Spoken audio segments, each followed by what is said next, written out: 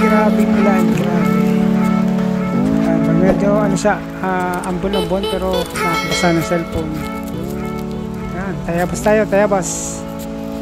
Madulas. Okay.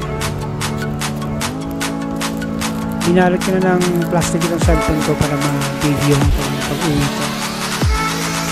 Approaching ako ngayon sa bayan ng Sariaya. Medyo ano pa naman, hindi masyadong ganun ka-traffic. Pero kapag nag-traffic dito sa bayan, pwede kayo mag-bypass. Sariaya. Yes. Uy. Nagmamadali tayo. Nagmamadali dahil konti na lang, antokin na ako. Hindi ako masyado nakatulog kanya kagabi sa bahay. Alright. Madulas pero parang mas ganado na ako ngayon. Ganado magmotor dahil palogot na. Alright. Ito mura ang mga gas dito. Yung unleaded dito mga 57. 57.70. Ayos ha. Sa amin mga 61 na yan. 60 plus. Parang may malapit na refinery dito sa Quezon. So bayan na tayo. Bayan ng Sariaya.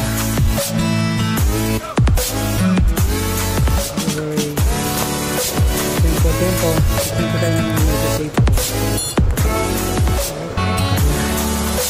Kinaya ito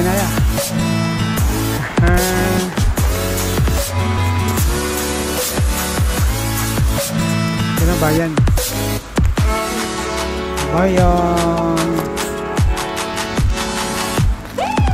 gigil pa rin pero pas kumapit ka kay Gilong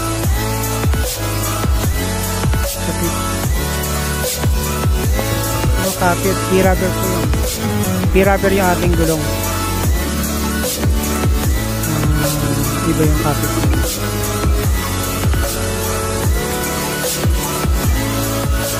Ito yung tawag.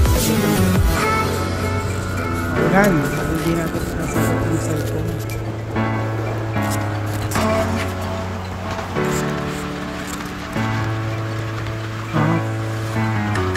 May ilaw pa pala ako. Later. Palabas na ako ng bayan ng Sariaya. Ngayon yung bypass sa kaliwa. Ayun. Dito na tayo sa tulay. Ito yung dating na putol nung malakas sa bagyo dati. 19 pa yata. Ang 90s pa yun 1996 yata, 97. Mga ganun. Pero ngayon nakakatakot tong tulay nito kasi sobrang lalim tong hinukay kasi ito, kinuwari, tapos parang basta nilaliman siya siguro para hindi na bumaha dito sa mga kalsada, mas nilaliman. Uy, alright. Ngayon mga ano pa lang 6 plus 6:30 yata sabi na ganyan. Pagdating sa may 7-Eleven bypass ng Tiahong, mga pag-stay muna ng mga ilang minuto para makapag-recharge. Napablanko na yung ating utak. Ito ang kalaban ng driver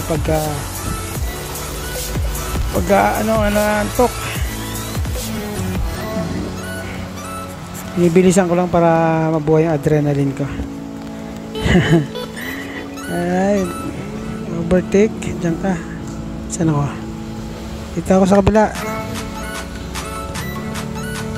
Naka-signal pa. Hindi kaya. Ito. Kilig ka pala eh. Nastig ka. Yan.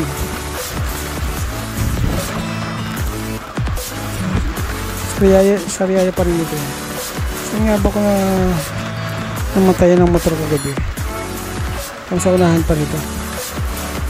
Unahan na sambat, dyan ako namatayan kagabi. Simula akong namamatayan kasi aking motor.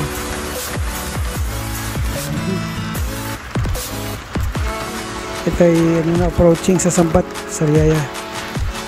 Ito yung way, yung sambat na yun, yung way papunta sa gilid ng dagat. Maraming resort yun sa Riyaya.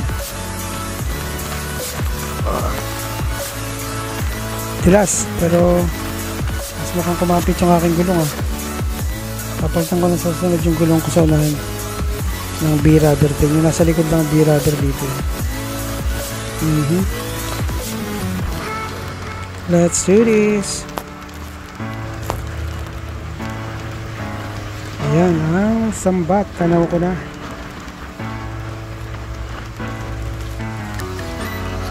Kailangan akong mag-recharge. Ano lang to, kape lang yan, kape matamis. Para pang gising. Oop. Wala. Maganda pag nakamotor ka. Basta na lang, tansyahin mo lang lagi. Mahirap na pagka na-tsempohan ko. Ang motor ay takaw-disgrasya dahil dadalo yung gulong. Kaya maganda rin yung lagi ka nag-motor para napapractice yung driving skills mo. Alright. Yeah. Bako.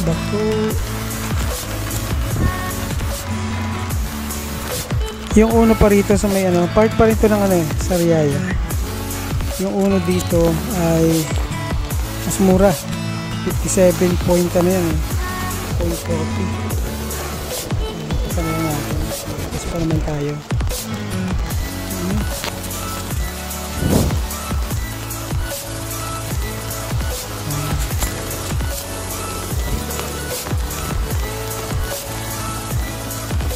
Bayan na rin ako ng Candelaria dadaan. Wala naman siguro masyadong sasakyan pa. Yeah. Sa susunod na balik ko dyan sa Lopez, natin i-vlog ko. Hindi ko lang na-vlog na kagubigit dito. Madali masyado. Alright, the traffic. Para updated yung mga nililipad kung ano yung status ng traffic sa Pagbilao. Sa Pagbilao lang po masyadong matraffic dahil sa ginagawang kalsada sa bayan at ginagawang widening din sa bago dumating ng Pundok Peninsula at saka sa Bituak ng Manok. Yun konti na lang, ilang minuto na lang nakakarating na ako sa 7-Eleven. Maganda kasi dun sa may 7-Eleven Chaong dahil maganda yung location, medyo safe, malawak. Pagligo kasi walang nabili sa kayo na safe talaga tayo pag stay natin din. Yeah.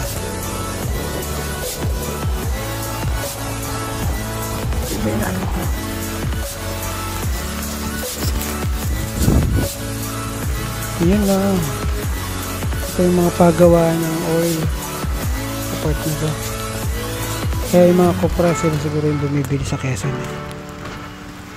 Ayun.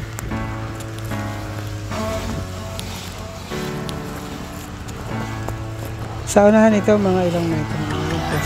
Unahan ng Petron. Pag kumaliwa kayo, yun yung bypass ng Chaong.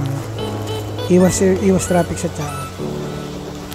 Pero dahil ako yun, hindi naman nagmamadali masyado. At dito ako sa bayan ng Chaong dadaan. Yan.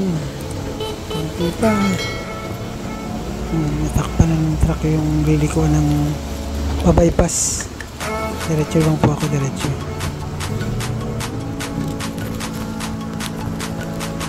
Yan ang bypass. Ayun, diretso. Ang traffic. Madulas yung unahan. Ang grabe siya.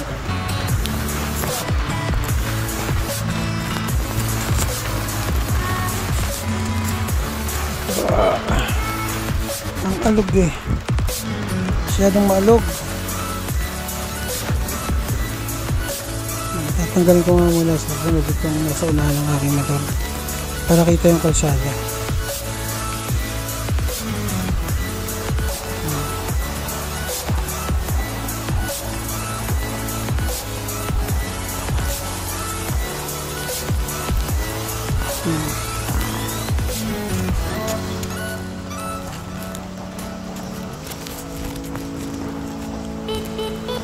Malapit na ako sa bayan ng Chaong. May sambat din dito kung tawagin. Hindi ko lang bakit puro sambat yung parang intersection niya eh. Sambat din yung tawag. Ito naman sambat dito. Yung papunta naman na San Juan, Batangas. Yes. San Juan, Batangas.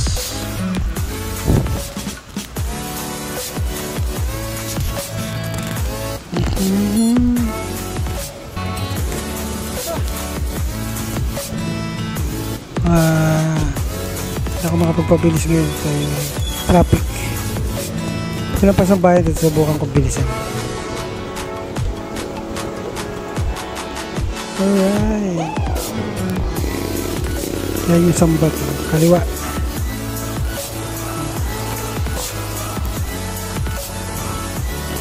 Ang Berga. Candelaria. Kaya po tayo.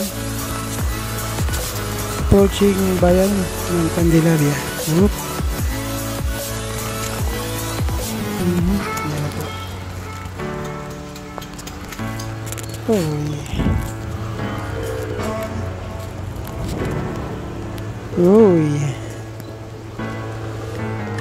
Yun, ito na yung sentro ng bayan ng Candelaria.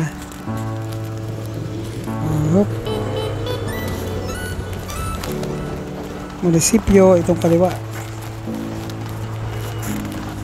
Tapos yung simbahan ng itong kanan. Mga ilang minuto na lang. Siguro mga 8 minutes andun ako sa 7-Eleven 7-Eleven Chaong bypass. Kanto lang. Kailangan bilisan. Ito na nga po. Kaya ako nagbablog na rin para hindi ako antukin. Kailangan ako magsalita na magsalita. Dahil pag hindi ako nagsalita, ay ito na ang kalaban ko. Uy, lalakas. Lalakas ang ambon. Maliwanag na rin sa part na yun. Maliwanag na. Ika lang itong part ako. Kasama na yung tilamsik sa ambon. Ito taas. Ito yung technique dito, dapat pag-aralan nyo yung mababa at taas ng espalto sa kalsada. Dahil pag nagkamali ka ng dyan, medyo may slide ka dyan. May technique dyan mga kapit. Pag kakabig ka, halimbawa dito sa pataas, medyo nakaliko yung gulong mo sa pupuntahan ng yung pataas. Tapos nakalay ka ng konti sa kanan. Kung nasa kaliwa yung akitan mo, kaganito. Diba? Ito naman yung nung bypass, ito nasa kaliwa. Yung penggalingan ng bypass ng Chaong. Ng Candelaria. Remember sa kaliwa. Ay, malaki pa. Release pa lang pala. Slide. Yan. Pagkapasilan ka rin dito, dali ka rin ng tulos ng gulong ng release ang tren pala. Kaya na nga po. Antok na ako, aba. Kailangan na itong bakbakan. Kailangan bakbakan na to. Malapit na. Uhuy. Pagkali na to. Ito yung bypass ng Candelaria. Hop. Kasi kung nagpapatakbo ng mabilis, yung adrenaline ko bumubuhay sa utak ko. Stay awake.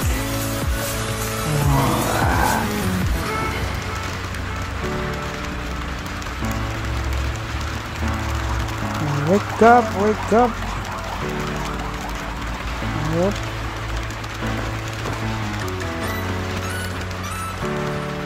Palabas na po tayo ng bayan ng Candelaria, yung mismong boundary. Oy, hindi na masyado madalas pwede na mabakbak. Dito pag may mga pasok, dahan-dahan lang kayo rito at marami rito ng school. Yan, school, ano yan. Hop. VIP. Alright. Overtake din naman ako hindi pa ako pinauna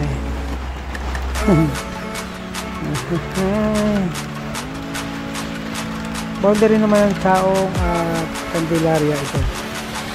Pagliko dyan sa pinakadulo nyo. Panahon nyo mga kapito.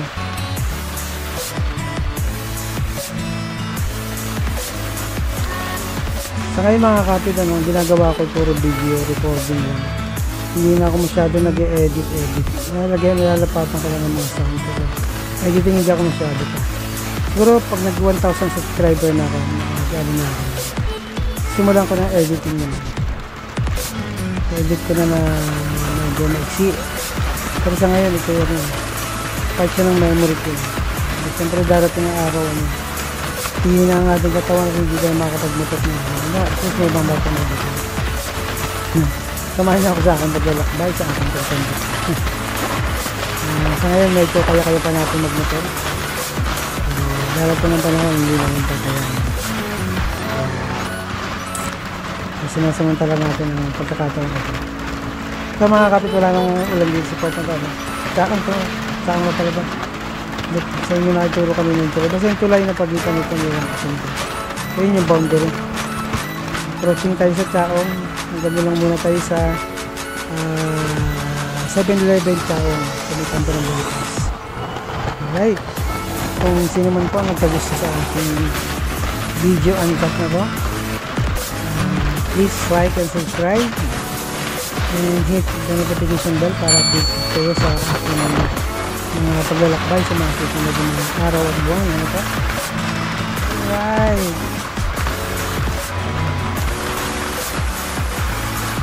Sa mga susunod na siguro pag nakahugan 1,000 subscriber na tayo, dito na ako mga content na talagang hindi ganito kagaya na mahaba, umabot ng oras. Ito lang po yung gusto ko lang talaga na maiwan sa aking alaala habang ako'y malakas pa. Hop, baba. Ay, ito, kabay yung aking kakaliwa.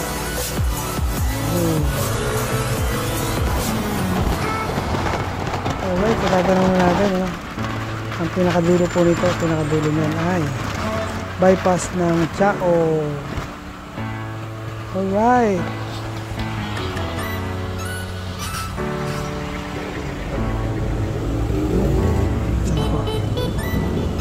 Kami sa gilid.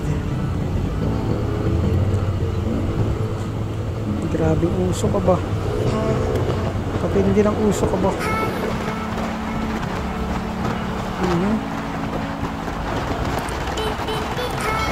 Yung mamaya yung susunod kong video mga kakapit, medyo i-exyan ko na lang yan sa may from dito sa pipigilan ko hanggang sa amin i-short na lang natin siya para hindi ko na-boring. Kaka-boring yun. Baka nag-enjoy lang po ako na manood ako nito pagdating sa bahay. Nag-reminisce. Oh, 7-Eleven, ay doon sa kabilang 7-Eleven. Alright. Oh. Oy. Alright mga kapit, hanggang dito na lang ang aking video, no? Andiyan na po ako sa dulo na yan. Ay liliko na ako dyan sa may 7-Eleven. Ahay. Ay. tatanggalin na ito ko malapit na. Oh, aso. Hop. See you sa susunod na video mga kapit. Ano? Kailangan muna natin magkape. Kape-kape.